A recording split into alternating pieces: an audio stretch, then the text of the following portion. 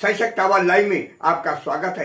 मैं राजेंद्र सोनी एक बार फिर हाजिर हूं आम जन से लेकर राजनीति और क्षेत्र की विभिन्न घटनाओं के साथ, पक्ष न विपक्ष, सिर्फ निष्पक्ष। निकाय चुनाव प्रचार के चलते आज लोनी विधानसभा अंतर्गत वार्ड संख्या 45 में राष्ट्रीय लोक दल तथा समाज और सपा गठबंधन के प्रत्याशी कुलदीप पंडित ने सादुल्लाबाद क्षेत्र में पद यात्रा की। इलाके की गलियों की समस्याओं से भली भांति परिचित प्रत्याशी होने के साथ साथ अधिवक्ता कुलदीप पंडित ने अपने समर्थकों के बीच कहा, हर 5 वर्ष पर यहाँ लोग विकास के नाम पर छले जाते रहे हैं। मैंने फैसला किया है कि बस बहुत हो चुका, क्षेत्र को और नहीं छला जाने दूंगा। देखिए आज की ये रिपोर्ट।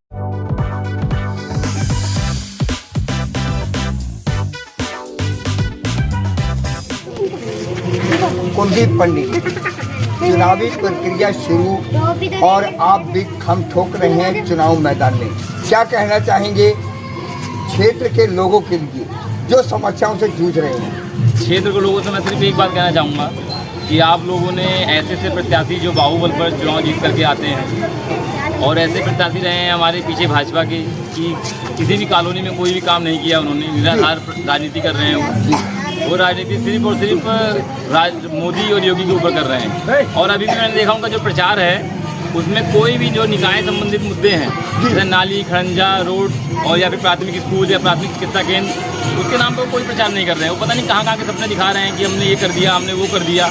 मैं क्या ही बताऊँ उन्होंने क्या कर दिया। उन्होंने देश क्षेत्र का, हमारे वार्ड का उन्होंने नाश कर दिया। पिछले सालों में एक भी कार्य ऐसे नहीं किए हैं जिसका कि समाज लाभ उठा सके और किसी भी कार्य के लिए कभी भी इसमें दिखाई नहीं पड़े। और अब जो नए प्रत्याशी भाजपा के आए हैं, भाजपा सिर्फ यही करती है कि अगली बार प्रत्याशी चेंज कर देती है, बदल देती है और नए प्रत्याशी को लेकर के आती है। मैंने उन प्रत्याशी का भी देखा, उसमें लिखा हुआ शिक्षित। मुझे तो नहीं पता वो कितने शिक्षित हैं कितने नहीं, सिर्फ शिक्षित लिखा हुआ है। और मैं इस क्षेत्र में आऊँगा तो पढ़ाई का कैंडिडेट हूँ और पेशे से वकील हूँ। आपकी आवाज़ उठाऊँगा जो भी आप एक अधिवक्ता के तौर पर है जी, फिर आपको राजनीति में उतरने की जरूरत क्यों पड़ी? राजनीति में उतरने की जरूरत इसलिए पड़ी क्योंकि ये जो राजनेता बने फिर रहे हैं, कभी किसी पार्टी से आके किसी पार्टी में, किसी पार्टी से आके किसी पार्टी में आकर के वोट मांग करके और 6-6 साल यहाँ बैठ के चले जाते हैं, 5-5 साल बैठ के चले जाते हैं और समाज का कोई भी कार्य नहीं करते। समाज दब रहा है, समाज हफ्ता दे रहा है दुकानें खोल खोल के। क्या ये आप देखेंगे ये सब छोटी छोटी बस्तियाँ हैं। ये अगर कोई व्यक्ति कोई दुकान खोल रहा है छोटी सी, अगर आपको 2000 महीना दे रहा है, वो दुकान का किराया दे कि आपको हफ्ता दे। तो यहाँ के राजनेताओं ने इतनी स्थिति खराब कर दी कि अधिवक्ताओं को नियमों का हवाला देते हुए राजनीतिक क्षेत्र में उतरना पड़ रहा है। और आप देखेंगे कि अधिवक्ता जहाँ पर जीतते हैं वहाँ पर अपने क्षेत्र को सुधार करते हैं, इसमें कोई दो राय नहीं है। मुझे मास्टर जी कहते हैं, दीवान मास्टर जी। मैं एक समाज सेवक हूँ और आरएलडी से काफ़ी। दीवान जी, बिल्कुल सही बात है, समाज सेवा करते आए, आपने उम्र गुजार दी। एक बात पूछना चाहता हूँ, कुछ लोग कहते हैं विकास हो गया है और कुछ लोग कहते हैं विकास खो गया है, क्या कहना चाहेंगे? बस विकास अभी तो हो रहा है, लेकिन अगर हम अपने उम्मीदवार को जिता पाए तो उसके बाद जो है हमारी क्रांति शुरू हो जाएगी एक तरह से।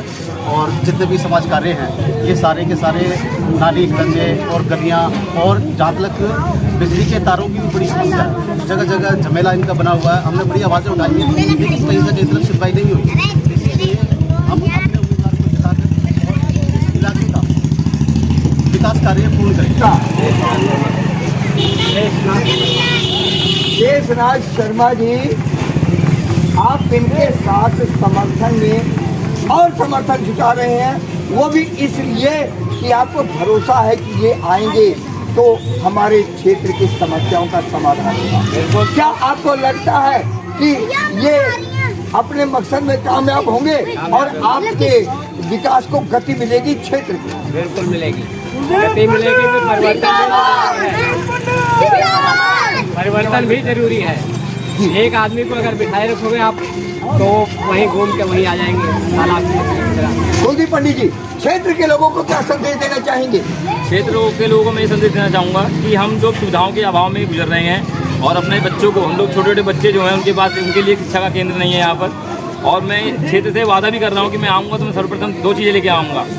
ये जो बस्ती है दिल्ली सटी हुई बस्ती है, तो यहाँ पर जो महिलाएं हैं, जच्चा बच्चा केंद्र में उनको जाना होता है तो सुई लगवाने के लिए उनको करावल नगर जाना पड़ता है। वो लोग भगाते हैं कि तुम्हारे पास आधार कार्ड यहाँ का है नहीं, तुम अपने क्षेत्र में कराओ। और यहाँ पर सुविधा ऐसी कोई है नहीं। तो मैं 2 वादे सर्वप्रथम कर रहा हूँ कि अपने क्षेत्र के लिए एक प्राथमिक विद्यालय और एक प्राथमिक उपचार केंद्र, सेवा केंद्र, जिसे प्राइमरी हॉस्पिटल कह सकते हैं आप, जहाँ पे सुई का व्यवस्था, छोटी मोटी दवाई का व्यवस्था हम लोग करेंगे।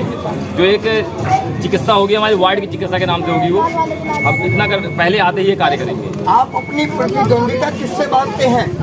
मैं प्रतिद्वंदिता किससे नहीं मानता, लेकिन ठीक है, हमारे साथ और कैंडिडेट खड़े हैं। हम तो ये कहते हैं कि हम RLD जीत रही है, अच्छे समर्थन से जीत रही है। बाकी मेरा कोई प्रतिद्वंदी नहीं है। मैं अपनी आवाज दिखाना चाहता हूँ। अपने आसपास की खबरों के लिए देखना ना भूले सशक्त आवाज लाइव न्यूज चैनल। सब्सक्राइब कीजिए एक लाइक के साथ।